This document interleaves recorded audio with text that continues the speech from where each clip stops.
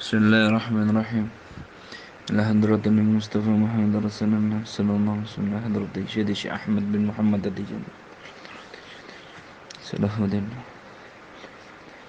Syekh Ahmad Al-Khair ila hadratin jami' khalifatihi wal muqtamihi wa ikhwanihi. Hadratin Mustafa Muhammad Rasulullah sallallahu alaihi wasallam Al-Fatihah. A'udzu billahi minasyaitonir rajim. Bismillahirrahmanirrahim. Alhamdulillahirabbil alamin. Ar-Rahmanir Rahim. Maliki yaumiddin. إياك نعبد وإياك نستعين اهدنا الصراط المستقيم صراط الذين أنعمت عليهم غير المغضوب عليهم ولا الضالين آمين اللهم صل على سيدنا محمد الفاتح لما أغلق والخاتم لما سبق ناصر الحق بالحق والهادي إلى صراطك المستقيم وعلى آله حق قدره ومقداره العظيم. Alhamdulillah, Alhamdulillah kita kembali dalam kajian ini, yaitu kajian gambaran surohan gambaran, yang mana sebelumnya kita membahas tentang takwa itu apa.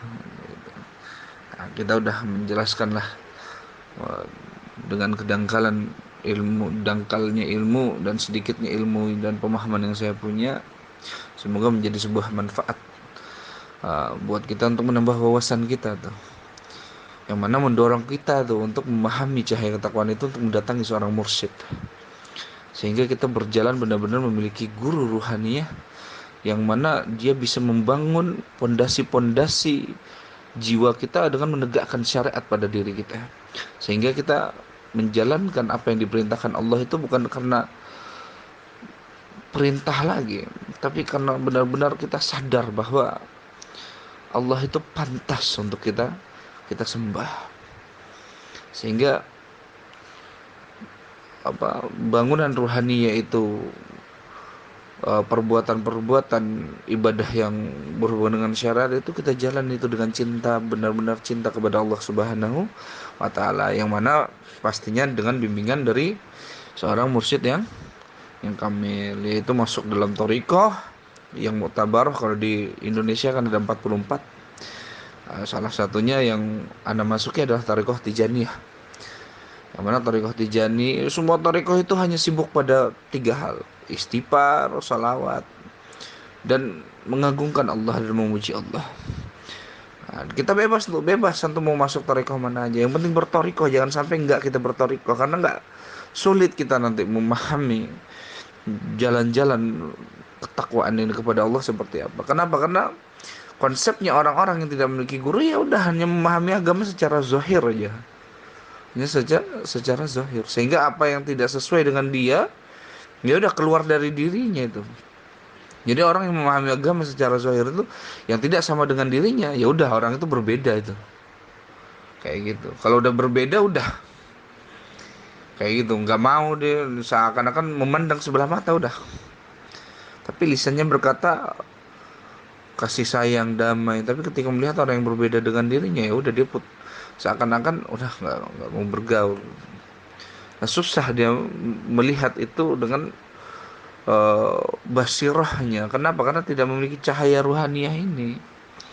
Oleh sebab itu perlunya kita memiliki guru ruhani agar kita bisa lebih mendekatkan diri, bertaqarrubullah, lebih dekat kepada Allah Subhanahu wa Ta'ala. Nah, kita lanjutkan dalam kajian surah gambaran ini, yang mana temanya adalah tentang syariat, tarekat, dan hakikat. Kalau kemarin takwa, sekarang temanya syariat, tarekat, dan hakikat. Bismillahirrahmanirrahim.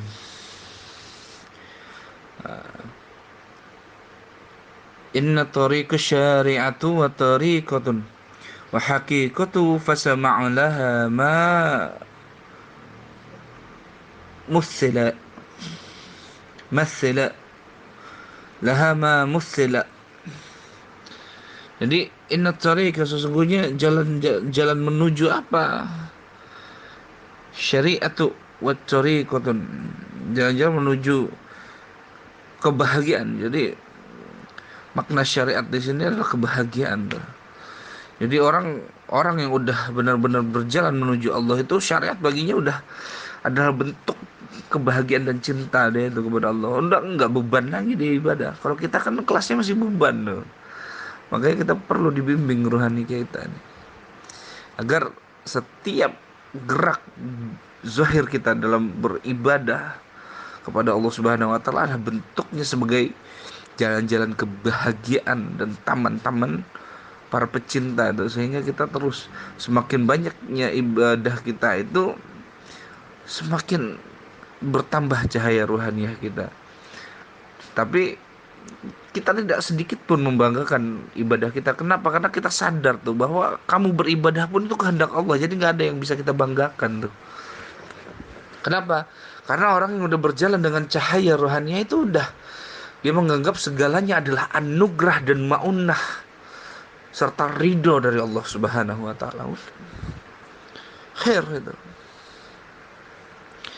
Jadi inna tariqu syari'atu wa tariqatun wa haqiqatu fasama'alaha ma muthila.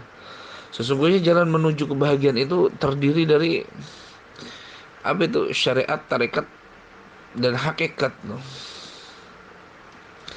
Maka dari itu dengarlah perumpamaan berikut ini. Apa itu? Fasyari'atu kasafinatin wa tariqatu kal bahri summa haqiqatun durrun ghala. Apa itu? Syariat itu laksana bahtera. Wasyari'atu kasafinatun. Syariat itu laksana bahtera itu. Wat tariqatu, dan tarekat itu kal bahari summa haqiqatu durrun ghala. Dan tarekat itu laksana samudra itu. Laksana samudra, kal bahr, laksana samudra. Wa haqiqatu durrun ghala. Dan hakikat itu laksana apa? Mutiara itu. Yang tidak ternilai itu. Saking mahalnya mutiara ini. Untuk mendapatkan mutiara ini diperlukan penyelam yang handal. Nah, siapa penyelam yang handal? Nah, ini nih guru-guru thariqah tuh. Para mursyid-mursyid thariqah, para muqaddam. Makanya pentingnya kita belajar tasawuf dan masuk dalam thariqah agar apa? Agar kita benar-benar terbimbing dengan Quran dan hadis. Bukan hanya memahaminya secara tersurat, tapi juga menyelam itu dalam sesuatu yang tersirat dalam Quran dan hadis. Fasyari'atu akhadhu bidinil khaliq wa qiyamuhu bil amri wan nahyin jala. Fasyari'atun, dan syariat itu adalah apa itu? Akhadhu bidinil khalaq, berpegang pada agama apa? Kepada agama Sang Maha Pencipta. Siapa? Allah Subhanahu wa ta'ala. Wa qiyamuhu bil amri wan nahyin jala, dan selalu melakukan amar ma'ruf itu. Amar ma'ruf, nahi mungkar. Yang mana untuk bisa mencapai ke takwa yang sebenarnya dan menundukkan hawa nafsu angkara murka kita, seorang murid itu harus punya niat yang bersih. Nah, nggak bisa kita benar-benar masuk dalam wilayah syariat, tarekat, hakikat kecuali benar-benar maunya hanya Allah aja. Makanya ada ungkapan dari guru kami Syekhuna Ahmad Syekhuna Ahmad Al-Khairi Ar-Raddi Al-Tijani. Beliau berkata, kalau kita masuk tarekat itu hanya untuk mencari wiridannya, sunnah itu masuk tarekat itu. Sunnah.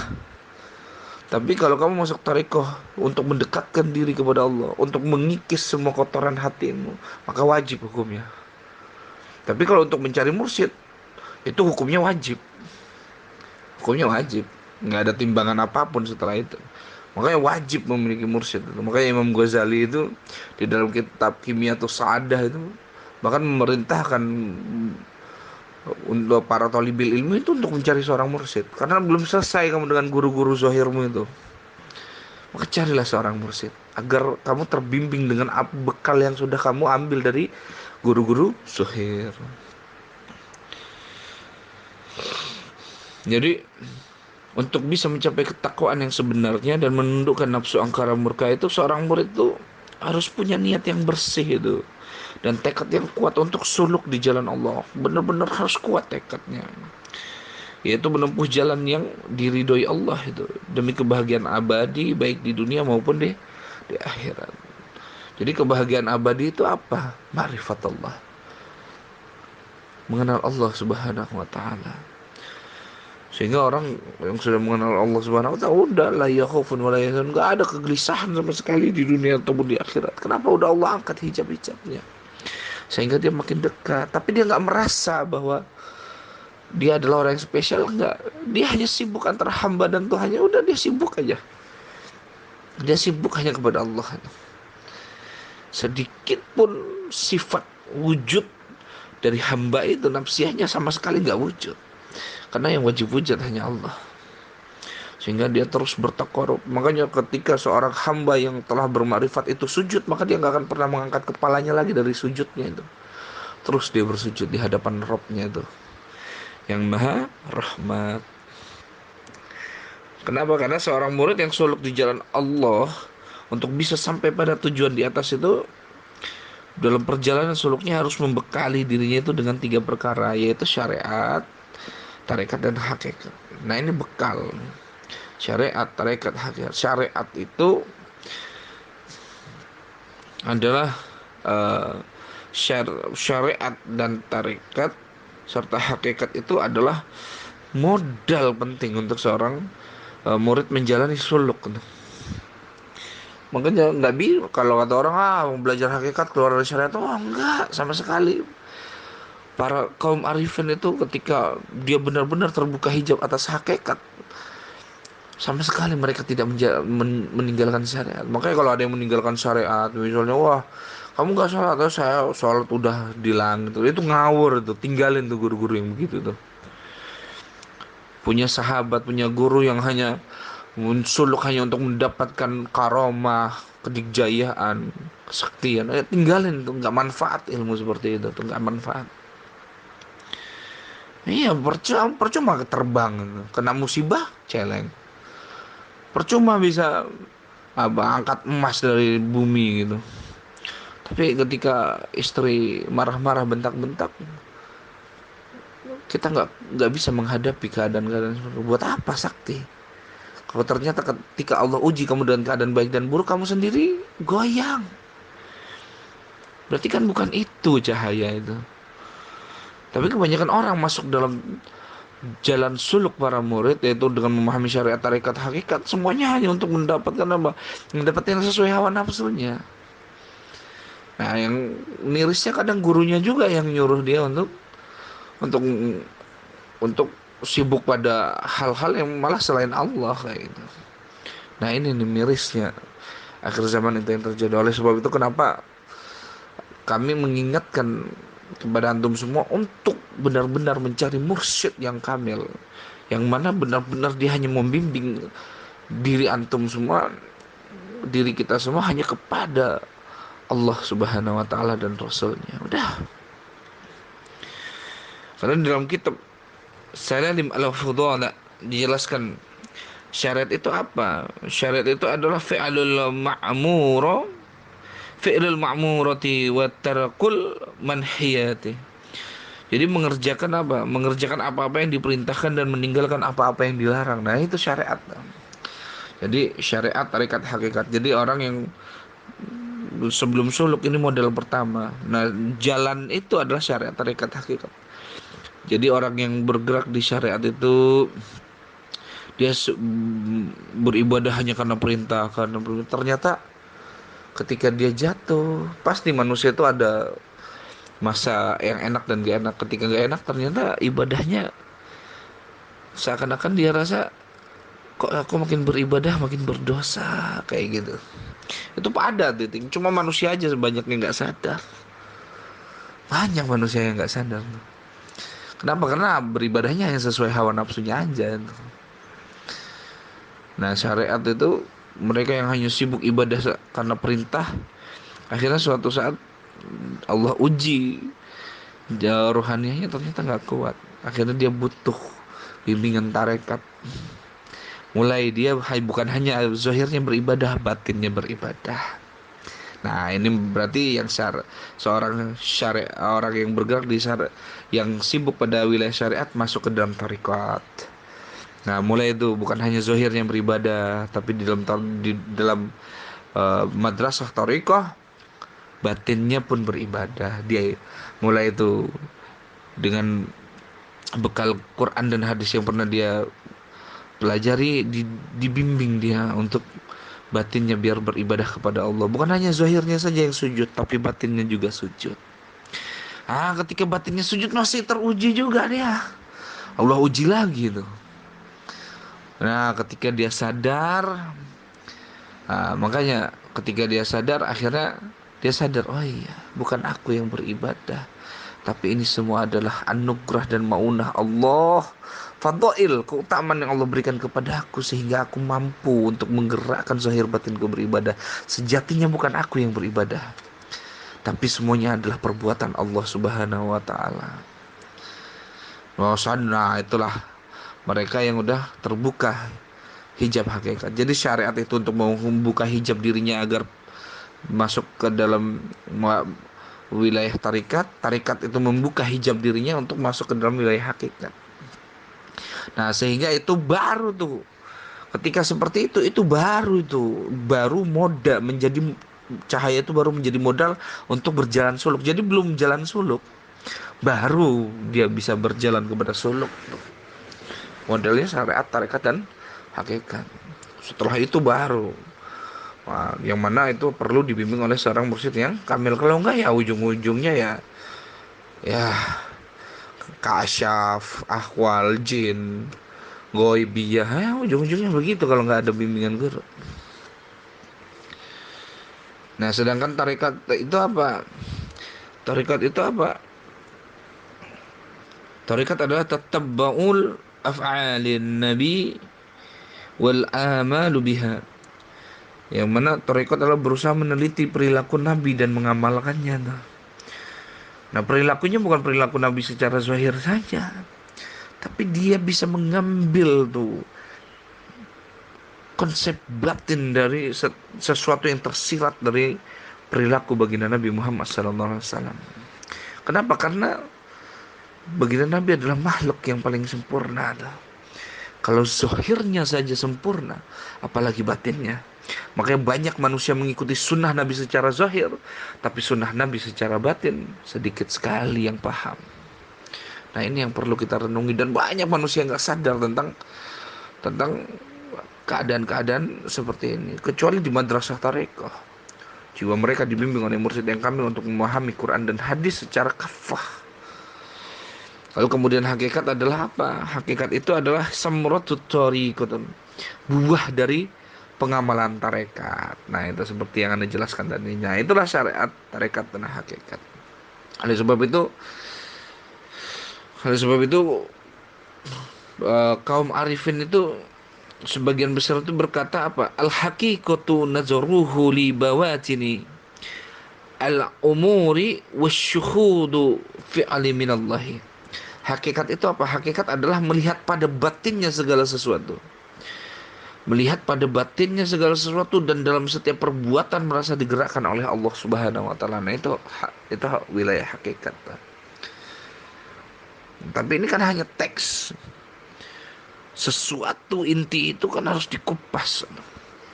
Oleh sebab itu, kajian ini agar mendorong kita agar lebih mendekatkan diri kepada Allah di dalam jalan-jalan thariqah bersama para mursyid, sehingga kita benar-benar bisa lebih mendekatkan diri kepada Allah.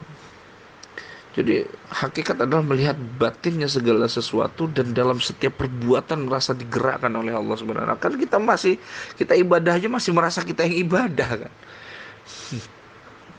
Iya, kita sedekah masih kita yang merasa sedekah kan. Iya.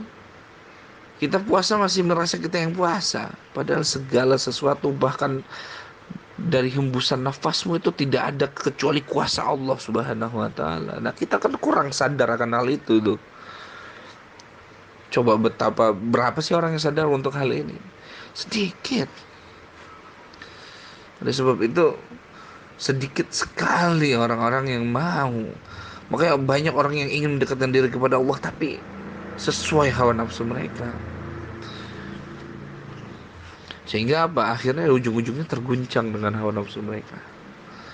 Akhirnya terguncang. Kenapa? Karena manusia itu pasti Allah guncang. Sebagaimana Allah berfirman kan dalam surat Al-Mulk ayat 2. Liyabluwakum ayyukum ahsanun amalah. Kalian tuh guguncang tuh. Agar aku bisa melihat siapa yang beramal baik. Apa itu? Rohaniyahnya tuh, yang mendapatkan cahaya kebaikan Allah Subhanahu wa taala. Sehingga dia mampu tuh beramal baik. Makanya manusia bisa melakukan kebaikan itu sebab kuasa Allah. Sama sekali kita nggak ada kuasa diri kita, nggak ada. Makanya Allah berfirman tuh, kita bolak-balik baca Quran, bolak-balik baca Quran, tapi sedikit pun kita nggak ada yang bisa mengamalkannya itu secara tersurat ataupun tersirat. Allah bilang,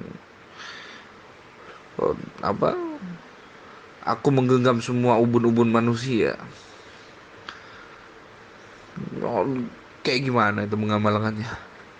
Nah, ada cara pengamalannya. Tapi orang yang hanya, kalau kita hanya sibuk kepada guru zahir, ya udah kita hanya meyakini aja.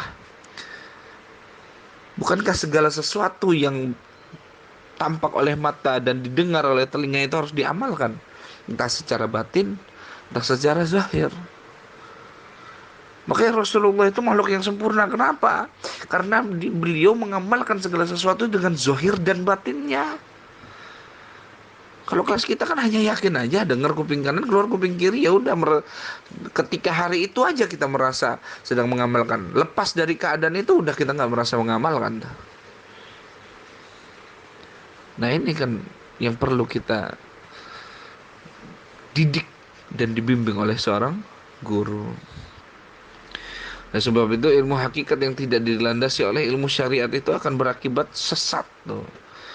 Makanya Anda bilang kan, nggak ada ilmu hakikat itu yang meninggalkan syariat. Kalau ada seorang guru yang mengajarkanmu tentang hakikat tarikat, tapi dia sendiri menyampingkan syariat, tinggalin tuh. Syekh, kamu kok nggak sholat tuh? Saya udah sholat, kamu nggak? Saya sholat di langit tuh, ngawur itu, tinggalin tuh syekh-syekh seperti itu tuh. Yang hanya mengajak kamu kepada hayal, karomah, dan mukasyafah saya. Udah tinggalin kayak gitu. Racun itu semua. Tapi cari makanya mursyid yang kamil agar kita benar-benar dibimbing secara rohani ya. Agama ini mengajarkan kita bukan untuk terbang, melihat jin. Bukan, agama ini mengajarkan kita bukan untuk itu. Tapi agama ini mengajarkan kita agar kita mengenal Allah. Mengenal Allah itu dengan Allah, bukan dengan ghaibiyah, dengan lihat jin, dengan mukasyafah. Melihat Allah itu kita dengan kehendak Allah, bukan dengan kehendak kita. Makanya walaupun setinggi apapun ilmu orang tuh, oh, sakti dia. Ya Allah, engkau bisa bikin aku terbang hanya karena aku manusia yang hina, tapi engkau bisa bikin aku terbang sehingga aku bisa merasakan kebesaran Allah. Ya udah. Karomah itu Allah tampakkan itu hanya karena dua hal. Untuk membuktikan ilmu si guru benar. Kedua, untuk meyakini si wali bahwa apa yang dia pelajari itu benar. Udah itu aja. Tapi kalau kita udah yakin benar, kan kita gak butuh karomah. Jadi karomah itu fungsinya untuk meyakini si wali, untuk meyakini si murid bahwa ilmu si wali benar. Kayak gitu. Dan kedua, karomah itu dibuktikan untuk menambah keyakinan si wali bahwa apa yang dia kerjakan itu benar. Nah, kalau kita udah yakin benar, nggak, untuk apa butuh karomah? Makanya karomah yang paling tinggi itu adalah keistiqomahan gitu. Makna istiqomahnya ini apa? Udah setiap hembusan nafas, kedipan mata, aliran darah, Allahu Allah. Allah benar-benar tingkat kesadaran yang tinggi, kita merasakan benar-benar kehadiran Allah Subhanahu wa taala di setiap keadaan dan tempat, sehingga kita benar-benar zahir batin kita itu sujud dan tidak akan pernah mengangkat kepalanya lagi. Kayak gimana ini kita bisa sampai ke wilayah itu? Ya kecuali di madrasah thariqah itu pastinya. Nah, demikian halnya orang-orang yang hanya berpegang pada ilmu-ilmu syariat atau zahir belaka. Sementara itu mereka mengabaikan ilmu hakikat dan batiniah, maka amal yang mereka kerjakan itu akan sia-sia dan kelak di akhirat sama sekali tidak berguna. Nah iya, kenapa kok seperti itu?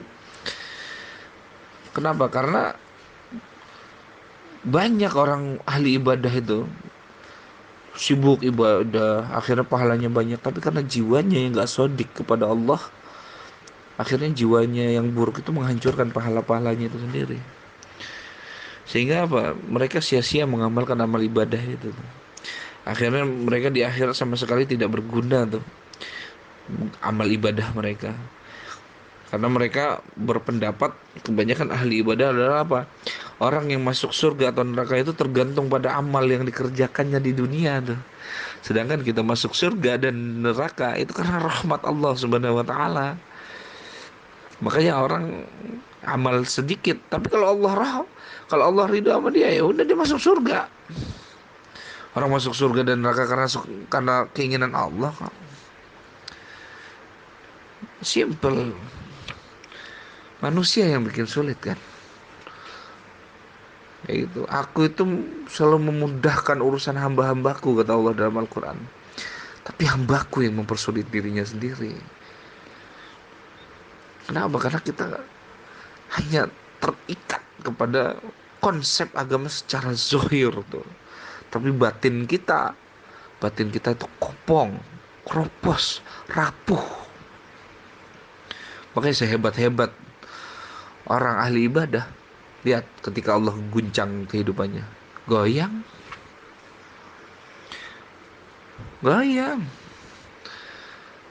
Tapi lihat para arifin, mau seperti apapun kehidupannya, sedikit pun dia tidak berpaling dari Allah. Susah senang itu gak ada bagi dia. Yang ada adalah kedekatannya. Mereka hanya mabuk bercinta dengan kedekatannya kepada Allah Subhanahu wa taala. Semakin banyak ibadahnya, bukan karena dia ingin beribadah kepada Allah, tapi dia benar-benar merasakan anugerah yang Allah berikan kepada dia tuh. Karunia nikmat ibadah yang mana Allah menggerakkan dirinya, dia merasakan itu, sehingga dia terlihat oleh orang, wah ini banyak ya ibadahnya nih ya, ustadz ini, kiai ini banyak ya ibadahnya.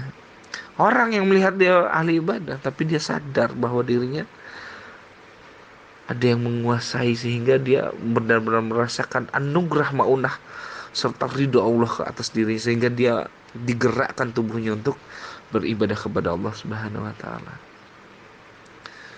Wah, ini dahsyat orang yang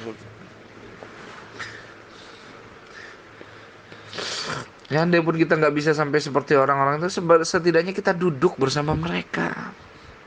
Setidaknya kita satu hamparan lah sama mereka. Oleh sebab itu jadikan tuh orang-orang ahli zikir tuh sahabat-sahabat kita tuh. Biasakan diri kita kalau kita kenapa-napa, kita kembali ke majelis taklim, ke majelis zikir. Kita boleh pergi kemanapun, tapi ingat kalau kita lagi down, kalau kita lagi terguncang, ingat tempat pulang kita itu majelis taklim, majelis zikir. Agar apa? Kita dapat cahaya. Kan kita susah, kita itu susah memahami hikmah ketika enak, susah. Tapi ketika Allah kasih bencana, Allah kasih kesusahan, baru kita ingat Allah tuh. Kita ingat Allah dalam sesuatu yang nikmat susah. Kenapa? Karena nikmat itu sesuai dengan hawa nafsu tuh. Makanya mungkin syukurnya kita aja masih syukur bohong itu di hadapan Allah tuh. Dapat duit, alhamdulillah. Alhamdulillahnya karena masih sesuai hawa nafsu tuh. Belum karena benar-benar itu adalah karunia besar dari Allah Subhanahu wa taala tuh. Belum, karena memang kita lagi butuhin duit 100.000 aja kan. Makanya syukur kita dalam sesuatu yang nikmat itu aja kadang masih bohong kan. Kenapa? Karena kita Nikmat itu masih sesuai hawa nafsu kita. Kenapa? Hawa nafsu kita aja belum kebimbing, belum kedidik gitu. Makanya Allah kasih baik buruk itu agar apa? Agar kita merasa tertegur. Iya, Allah lagi manggil kita untuk kembali itu. Baik buruk Allah ciptakan agar kita bisa kembali kepada Allah. Makanya dalam kebaikan Allah hadirkan kebaikan, nikmat gitu. Susah kita itu menyadari Allah tuh. Tapi ketika kesusahan, Allah rasanya ini banget ya. Nah, nyata banget. Kita punya rumah, rumah kebakaran, harta habis semua. Baru ya Allah, ya Rob, baru kita teriak-teriak, nangis, ngerengek manggil beliau. Yang tidak Allah Subhanahu wa taala. Makanya susah gitu. Kecuali kita benar-benar udah ma'rifatullah. Nah, syariat dan hakikat itu yang sudah saya jabarkan itu eh, sebagai syariat, tarekat dan hakikat yang sudah saya jabarkan, yang sudah kami jabarkan itu, itu menjadi pedoman tuh untuk manusia berjalan kepada suluk, yaitu jalan menuju Allah yang mana dibimbing oleh para mursyid. Kenapa? Karena ketika model itu dia miliki, mulai itu dia memahami makna penyembahan. Makanya iyyaka na'budu wa iyyaka nasta'in itu bukan hanya lisan aja, tapi benar-benar keluar dari ruhaninya yang paling dalam. Iyyaka na'budu wa iyyaka nasta'in, hanya kepadamu kami menyembah dan hanya kepadamu lah kami memohon pertolongan. Udah dia bertakluk benar-benar kepada Allah Subhanahu wa taala. Dia benar-benar bersandar, bukan berarti nggak ikhtiar. Ikhtiar itu adalah cahaya takwa. Oh, kita kan masih memahami ikhtiar, takwa itu nggak ngapa-ngapain. Salah, takwa itu ngapa-ngapain. Kita takwa itu bukan berarti nggak melakukan sesuatu. Takwa itu melakukan sesuatu.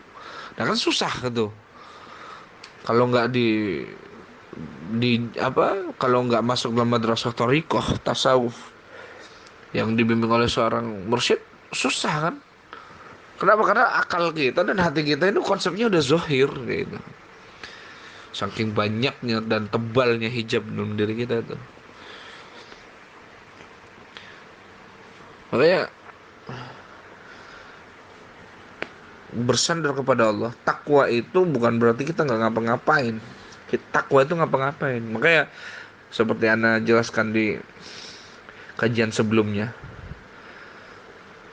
kita ibadah dari pagi ketemu pagi, kita kerja dari pagi ketemu pagi, tapi bagi kita itu nilainya ibadah, sehingga ibadah apapun itu saat kita bekerja nggak kita tinggalkan tuh. Kayak gimana itu? Kalau ruhaniyahmu tidak dibimbing, kalau kamu nggak ditempa dulu jiwamu, makanya segala sesuatu kalau hanya berhenti di zahir, udah bikin puyeng, bikin puyeng. Kalau nggak bikin puyeng, bikin takut. Udah selesai. Sesuatu perkara apapun, kalau itu berhenti di zahir, hanya bikin puyeng, gelisah, dan takut. Udah selesai. Makanya jangan sampai agama ini berhenti di zahir saja. Dan jangan pula mengungkapkan batin hanya lisan aja, tapi ruhani batinnya sendiri mati itu, nggak hidup. Penyakit itu namanya. Kan banyak kita ini seperti ini, cuma kita nggak sadar aja kan.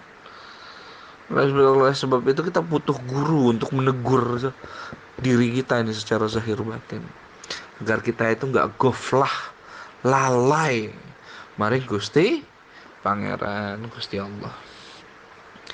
Sehingga apa, menjalankan syariat dan hakikat kita itu secara benar kalau udah seperti itu. Akhirnya mengerjakan perintah-perintah Allah dan menjauhi semua larangannya pun sambil merasa semuanya itu merupakan anugerah dan pertolongan yang diberikan oleh Allah Subhanahu wa taala kepada diri kita. Seperti ungkapan Imam Hasan Al-Basri itu di dalam kitab Al-Ibid. Apa itu? Al-haqiqatu tarkun mulahadati tawabil amali la tarkul amali. Hakikat adalah tidak berharap pahala di dalam beramal. Enggak, udah nggak ngarep pahala dalam beramal. Dan bukan berarti meninggalkan amal sama sekali. Nah kita kan ibadah masih mengharap pahala. Kita mengharap pahala aja masih bohong. Kita ibadah sholat 5 waktu mengharapkan pahala Allah, berharap masuk surga aja kita masih bohong. Kita udah ibadah ini, kita gibah, kita ngomongin orang, kita ibadah aja ngarep pahala sama surga masih bohong. Lalu kapan kita mau sadar atas kegoflahan, kelalaian jiwa kita nih kepada Allah? Kapan?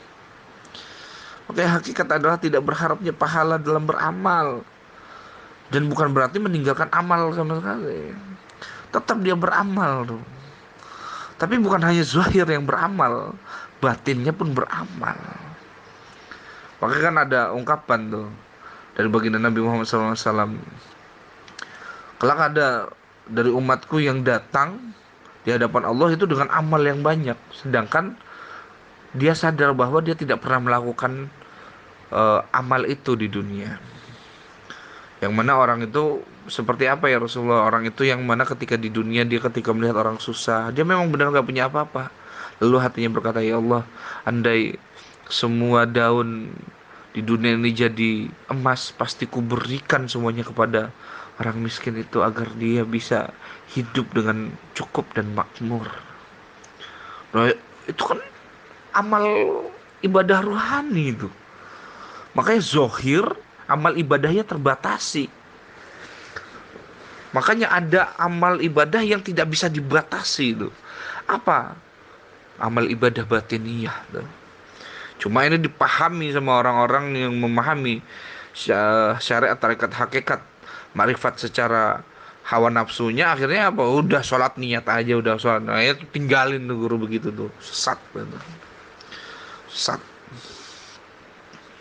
Makanya batin itu memiliki anugerah yang luar biasa. Dia mampu beribadah melebihi zohiriyahnya diri kita sendiri. Kenapa? Karena ibadah zohir kita ini terbatasi itu. Sangat-sangat terbatasi. Kayak gitu.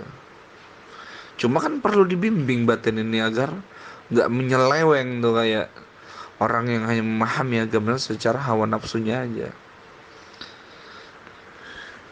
Yang mana juga diungkapkan juga di dalam kitab Al-Ibid itu dari Sayyidina Ali bin Abi Thalib karamallahu wajhah. Apa itu? Man dhanna annahu bidunil juhdi yasilu ilal jannah wa huwa mutamanni wa man dhanna annahu bibadlil juhdi yasilu ilal jannati fahuwa mutta'anni. Man dhanna annahu, barang siapa yang menduga kayak gitu, bidunil juhdi yasilu ilal jannah, barang siapa menduga akan masuk surga itu dengan tanpa bersusah payah itu,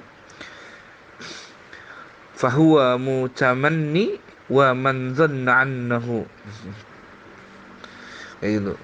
Makanya termasuk orang-orang yang pandai berangan-angan tuh, yang pandai berangan-angan, mutamanni, fahuwa mutamanni, orang yang hanya pandai berangan-angan. Jadi masuk surga tanpa bersusah payah tuh.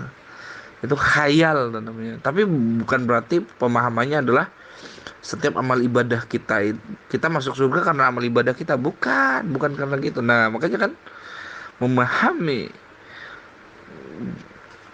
agama secara zahir batin ini kita butuh guru tuh. Oleh sebab itu, semoga kajian ini membuat kita paham dan sadar bahwa pentingnya guru dan masuk dalam madrasah thariqah. Ya, barang siapa yang menduga akan masuk surga dengan tanpa bersusah payah, maka itu termasuk orang yang pandai berhayal dan berangan-angan. Dan barang siapa yang menduga akan masuk surga dengan sebab bersusah payah, maka ia termasuk orang yang menyusahkan dirinya sendiri itu. Man azannu annahu bidunil juhdi yasilu ilal jannah fahuwa mutamanni wa man zannu annahu bi badali juhdi yasilu ilal jannah fahuwa mutta'anni. Allah. Jadi orang yang masuk surga, dia duga dia masuk surga karena tanpa jerih payah, susah payah, ya, itu orang yang hanya ngayal aja tuh. Dan ada orang yang masuk surga karena dia meyakini dia masuk surga karena susah payah ibadahnya, karena banyaknya ibadahnya. Nah, makanya dia termasuk orang yang menyusahkan dirinya besok itu. Tuh. Termasuk orang yang menyusahkan dirinya itu besok di akhirat. Nah, nadom ini sahabat-sahabat langkah santri, itu syariat itu diibaratkan seperti bahtera itu, karena syariat akan mengantarkan orang itu suluk di jalan Allah tuh. Nah, kepada tempat tujuannya sebagaimana bahtera yang akan mengantarkan orang yang menaikkannya pada tempat tujuan pelayaran kan, yaitu dermaga ya kan. Seorang murid yang suluk di jalan Allah mustahil akan bisa wusul ke hadrah ilahiyah dengan tanpa menggunakan syariat sebagai kendaraannya, nggak mungkin, nggak mungkin. Oke, syariat itu ibarat bahtera itu, kapal. Nah, dia yang akan mengantarkan. Gak mungkin, wah, tanpa kapal mati di lautan kita. Gak akan sampai, nggak akan sampai. Nah, Torikoh itu bagaikan lautan tuh. Karena lautan merupakan tempat pencaharian mutiara-mutiara yang sangat berharga tuh. Torikoh itu merupakan samudera tauhid yang tak bertepi, tempat penyelaman bagi para pencari hakikat itu tuh. Atau ilmu yang apa ya? Kalau kata orang Jawa itu sangkan paraning dumadi kan. Yang benar-benar masya Allah lah. Makanya syariat itu bagaikan bahtera, torikoh itu bagaikan lautan. Kenapa? Karena di laut itu terdapat sesuatu yang berharga itu. Apa? Walu'lu'i wal marjan. Mutiara dan marjan. Makanya Allah bersumpah itu dengan mutiara dan marjan di dalam surat Ar-Rahman. Makanya ketika Allah bersumpah dengan sesuatu, maka sesuatu itu memiliki nilai yang sangat besar. Dan hakikat itu bagikan mutiara yang di dalam lautannya itu. Itu sangat berharga itu. Nah, pertanyaannya, siapa nahkodanya? Bukan kita. Itulah para mursyid-mursyid yang kamil, kaum arifin, para wali-wali Allah yang telah wusul dan mendapatkan izin dalam setiap mengajarkan thariqah. Nah, kita duduk bersama mereka agar kita ada di dalam kapalnya. Yang suka qadiriyah, qadiriyah, yang suka sajiliyah, sajiliyah, yang suka satariyah, satariyah, khair. Nah, kalau anak pribadi yang tijaniyah, tijaniyah, ayo khair. Kita ikuti aturan setiap thariqah. Kita punya dapurnya masing-masing. Kita istiqomah. Kita benar-benar khidmat dan mahabbah kepada mursyid-mursyid kita, muqaddam-muqaddam kita, sehingga kita benar-benar sampai kepada Allah Subhanahu wa taala. Nah, penyakit sekarang kan tokoh ini wah, udah bangga-banggaan aja. Enggak, udah ayo siapa yang musul gitu aja udah. Nggak usah bangga-banggain tokoh. Udah siapa yang musul kepada Allah itu. Khair itu. Kita itu masuk torikoh bukan untuk kita bangga-banggain torikoh kita. Tapi bisa nggak kamu usul dengan sir-sir Anwar Nur dari torikohmu itu? Kalau nggak bisa, nggak usah kamu bangga-banggain torikohmu itu. Malah bikin malu ahlu torikoh itu. Yang tuh Qadiriyah bangga-banggain Qadiriyah tapi nggak usul, bikin malu si Abdul Qadir Jailani ya.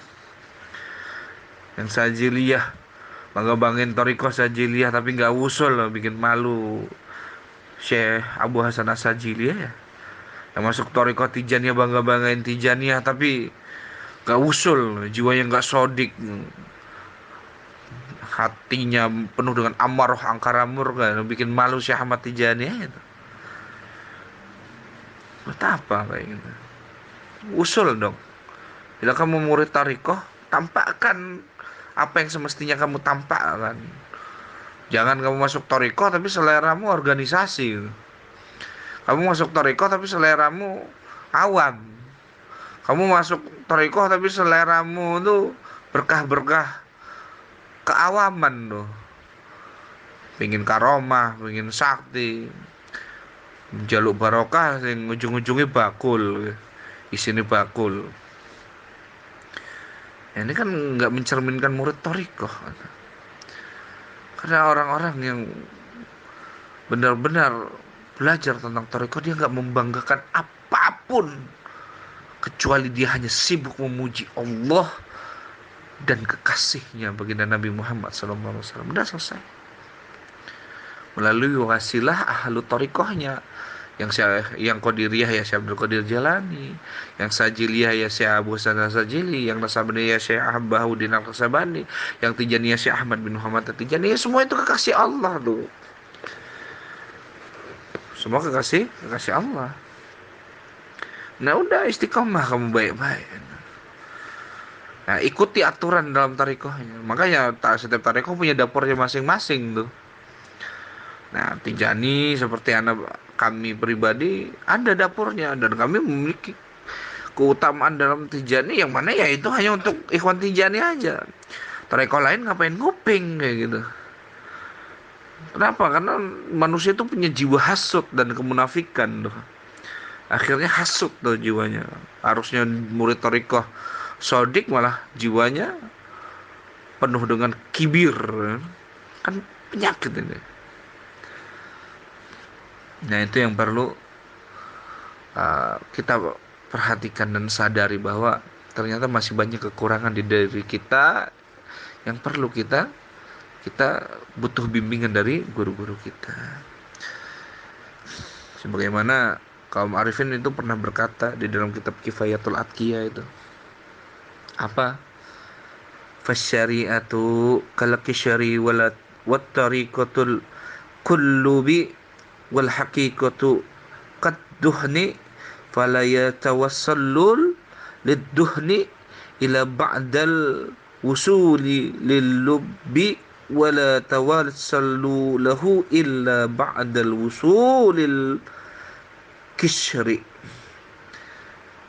Wasyari'atu, syariat itu adalah sebagaimana apa? Kal kishri, kulit. Wat tariqatu, dan tariqah itu apa? Kalubi, sebagaimana apa? Santan. Jadi bagaikan sebuah kelapa itu, syariat itu kulit kelapa tuh. Tariqah itu apa? Isi kelapa tuh. Tahu ya kalau makan es degan tuh. Nah, itu tuh. Nah, wa haqiqatu keduh nih itu. Itu minyak tuh. Jadi udah jadi diperas, sudah digiling jadi santan. Nah, terus diambil saripatinya lah gitu. Nah, minyaknya itu hakikat. Fala yatawassalu, seseorang tidak akan mendapatkan tuh apa itu liduh nih, intisari dari kelapa itu tuh, ila ba'dal wusul, kecuali terlebih dahulu mendapatkan apa, mendapatkan santan itu, degannya tadi itu. Ba'dal wusulil lubbi, sebelum mendapatkan degannya tuh. Wala tawassulu lahu, dan tidak akan dia bisa mendapatkan degannya dari kelapa itu, illa kecuali ba'dal wusuli lil kishri, kecuali terlebih dahulu dia mengupas dulu kulitnya.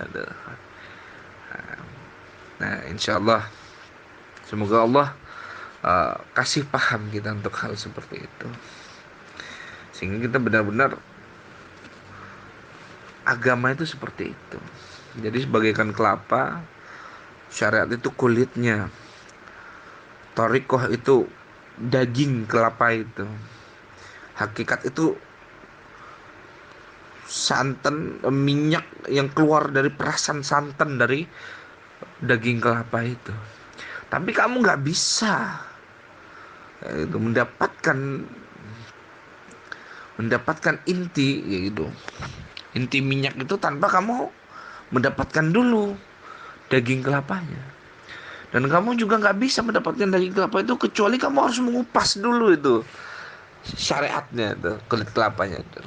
Jadi kamu untuk memahami, untuk tidak mungkin kamu Kita ketika mau memahami kemarifatan, kita harus kupas dulu kelapanya, kayak gitu.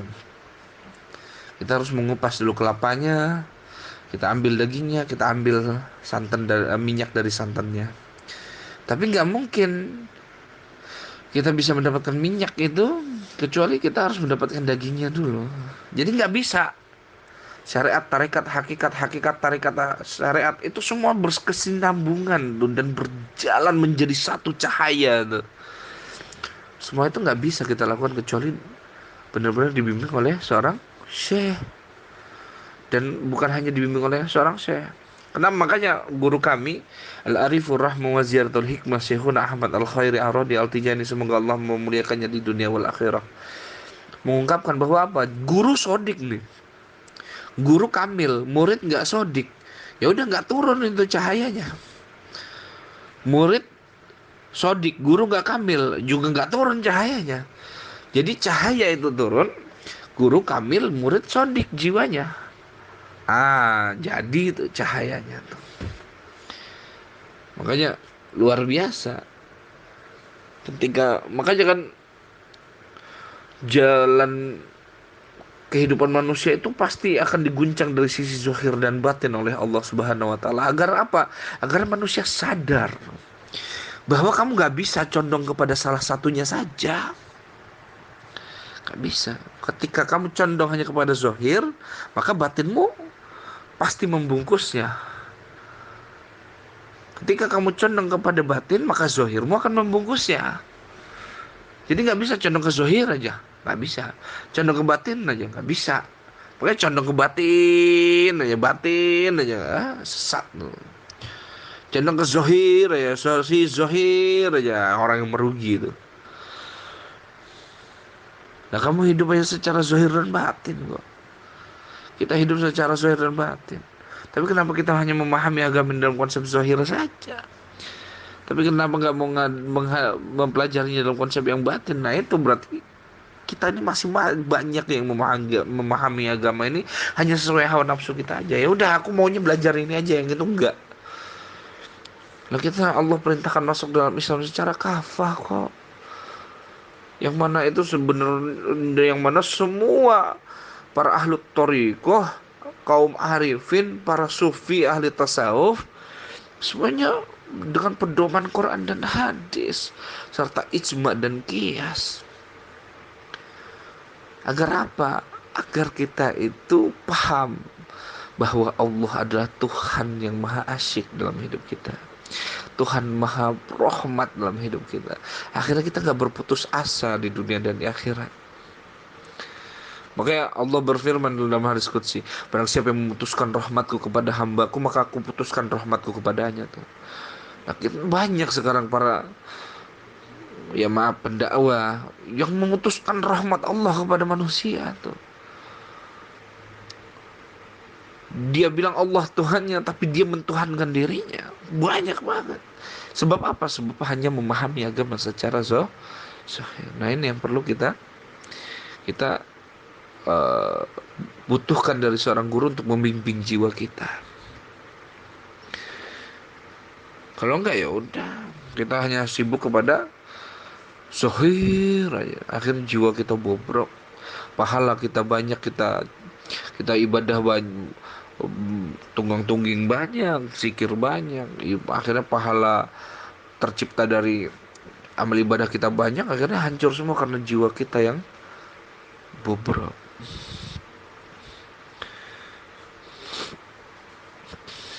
Oleh sebab itu pentingnya kita memahami hal ini agar kita sadarlah dan menjadi tambahan wawasan dan semangat agar kita lebih mendekatkan diri kepada Allah Subhanahu wa taala. Bukan dari kajian yang saya sampaikan secara media ataupun secara langsung di sini, bukan karena dari sini kalian mengambil cahaya ilmu, bukan, tapi datangi, cari sama kalian. Hei, para pendengar sahabat Langkah Santri. Itu kalau yang udah ketemu sama seorang mursyid kamil, ya udah, cukup. Jangan kemana-mana lagi. Udah, diem aja udah. Guru lu mursyid, udah usul marifat, udah nggak usah kemana-mana, udah diem aja terus sampai mati. Ikutin aja dia, duduk aja bersama dia sampai mati. Selesai itu.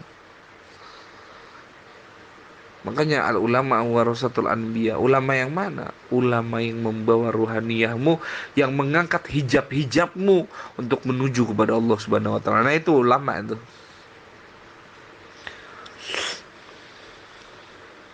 Karena ulama itu kan berasal dari sifatnya Allah, al-ilmu. Ilmu yang maha mengetahui. Makanya seorang ulama harusnya sadar bahwa dia di hasil belajar dia bertahun-tahun itu bukan karena jerih payahnya, tapi karena anugerah Allah. Maka seharusnya seorang ulama membimbing manusia dengan anugerah Allah, bukan dengan ilmu yang dia miliki. Akhirul kalam, semoga bermanfaat dan semoga menjadi wawasan tambahan dan semangat buat kita untuk mendekatkan diri kepada Allah Subhanahu wa taala. Bila ada salah kata, ana Al-Fakir Ahmad Ar-Rafiq Ar-Rodi Al-Tijani, mohon maaf lahir dan batin. Dan semoga Allah memberikan kita maunah dan rahmatnya agar kita bisa lebih mendekatkan diri lagi kepada Allah Subhanahu wa taala. Allahumma shalli ala sayyidina Muhammadin al-Fatih lima ughliq wal khatimi lima sabaqa nasiril haqqi bil haqq wal hadi ila siratikal mustaqim wa ala alihi haqqa qadrihi wa miqdarihi al-azim.